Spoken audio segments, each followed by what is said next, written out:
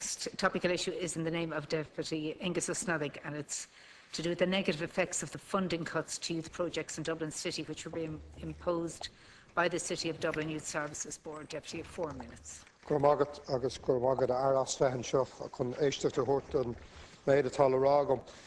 think it's very important that the Minister is here to listen, and hopefully I can impress upon you to do whatever is necessary to avoid cuts to some of the projects that have been listed, and they're not all within my own constituency, but I will obviously concentrate on the projects that I know best. And that these projects, in the main, are in working class areas, disadvantaged areas, whichever title you want to go, but they tick all of the boxes that have always been listed as areas of major need. They're areas where the drug problem has been at its height. In the past, where there was low educational attainment, and much has been done in recent years, and that cycle is broken. But if we continue with the cuts, not only in relation to the youth services themselves, you might end up back and creating that cycle once again.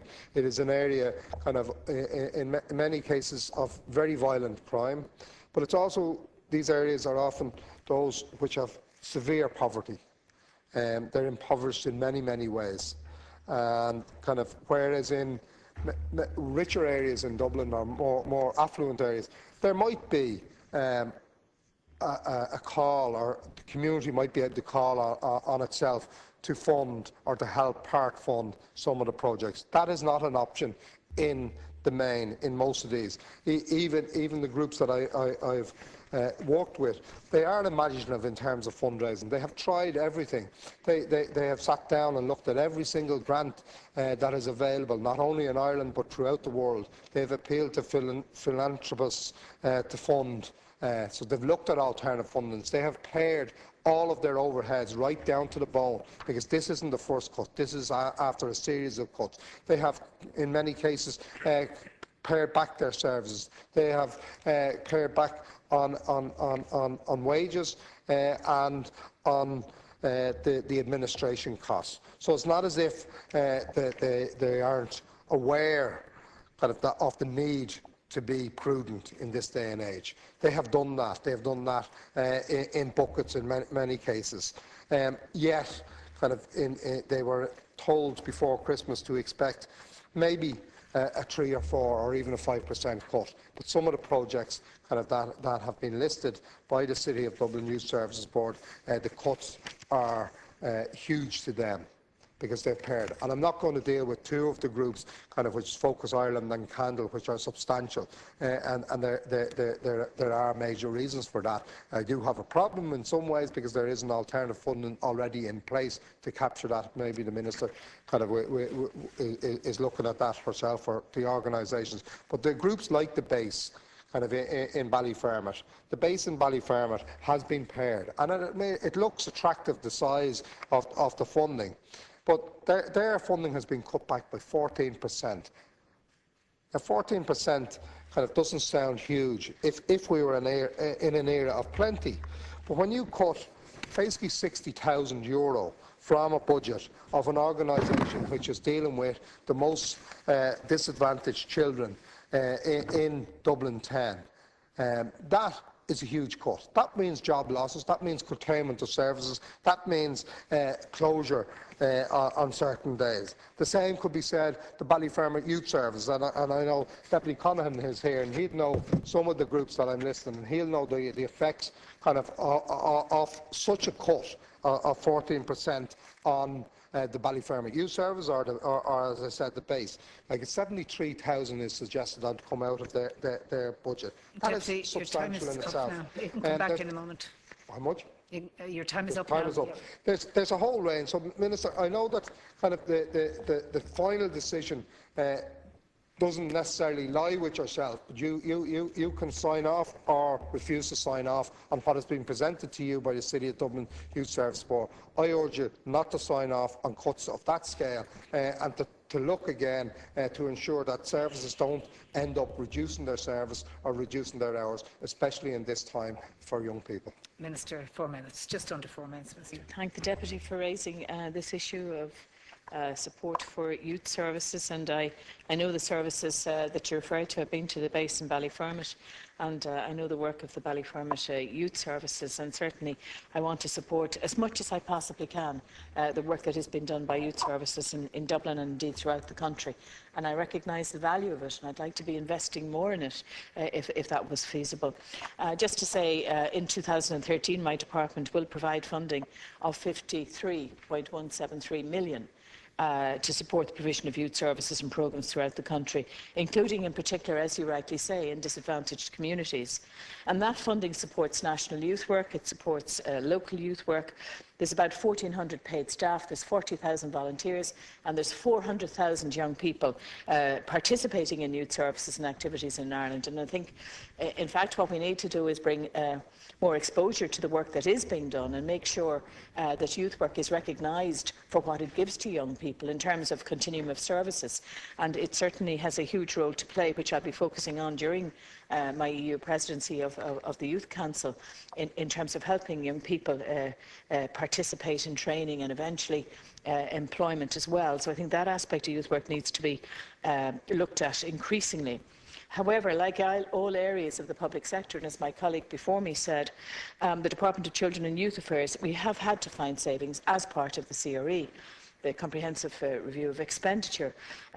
We have to play our part in, as part of the collective government effort to reduce our unsustainable day-to-day deficit. That is the reality for my department as well as other departments.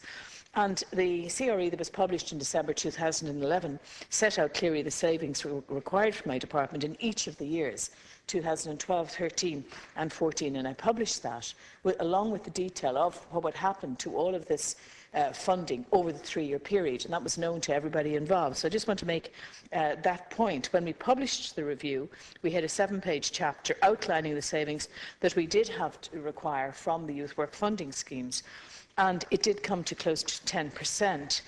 And the administrating bodies who administer these grants on behalf of the department were notified about this, and of course would have been familiar, totally familiar with what was in the CRE for the 3-year period in question. Now, in the course of the past few weeks and months, obviously, I've met with representatives of the youth sector with a view to determining how best to minimise the impact of the reduction in the 2013 budget on youth services. Excuse me, given the challenging budgetary situation we are facing. And the administering bodies have been asked to look at issues like, and you mentioned them yourself, Deputy, they have been asked to look at issues like salary levels, they've been asked to look at conditions, administrative costs across projects and services, if these have not already been addressed. And I do want to protect, as far as possible, obviously, the frontline services that youth workers and youth services are providing to very vulnerable young people. Now, what I've also done is in order to try and maximise the use of the funding available for youth services and programmes, I have given flexibility to the local bodies who administer the grants, normally the VCs, to propose the reconfiguration of the allocations provided, having regard to the knowledge available to these bodies about the needs of young people at local level. So there is a flexibility built in to those who administer the schemes to examine each project and come back to me with recommendations. As you say, it will come back to me in the end.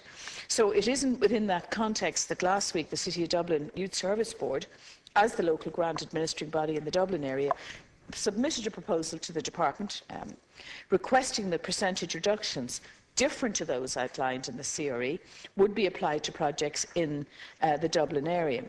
Now, their rationale, as they said it to me, was to minimise the disruption to services. And they said they had examined each of the projects and they'd made recommendations based on the examination of those projects.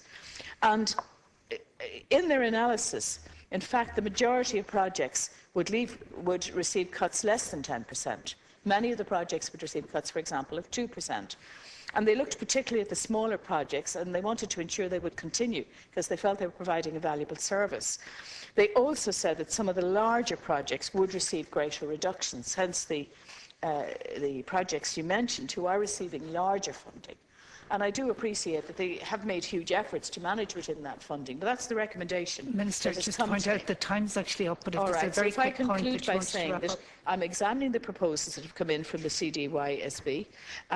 My department officials met last Friday with the board, and we are examining the proposals that have come in. There is no cut at present provided for the local voluntary youth clubs, and some other funding has also been made available, as you will see from the note that has been circulated to you, for the support of youth work this year.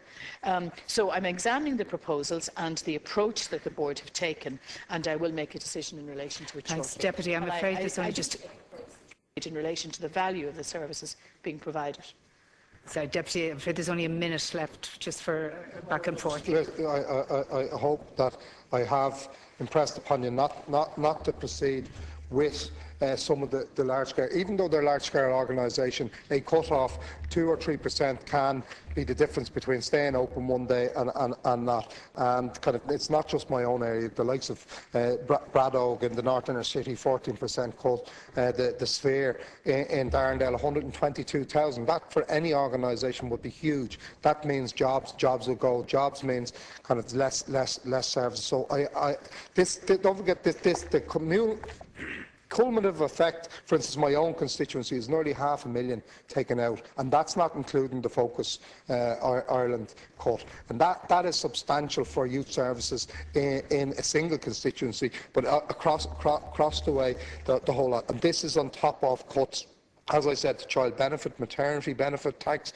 kind of the likes of DESH, SNAs, and a whole range of others. That's where the money in the past might have been found. You might have been able to appeal to parents to pay an extra donation. They can't, and that means that the services, which in many cases have changed their work practice and everything else to accommodate change in terms of funding, they can't take any more cuts to the scale. Minister, did you want to respond just very briefly? Yeah, I will examine in detail the impact of the proposed changes in budget allocation, and I certainly will try to ensure that we make the most equitable possible decision in relation to the changes in funding, and we will make every effort to preserve jobs and opening hours, and we will make the decision in the most equitable way possible.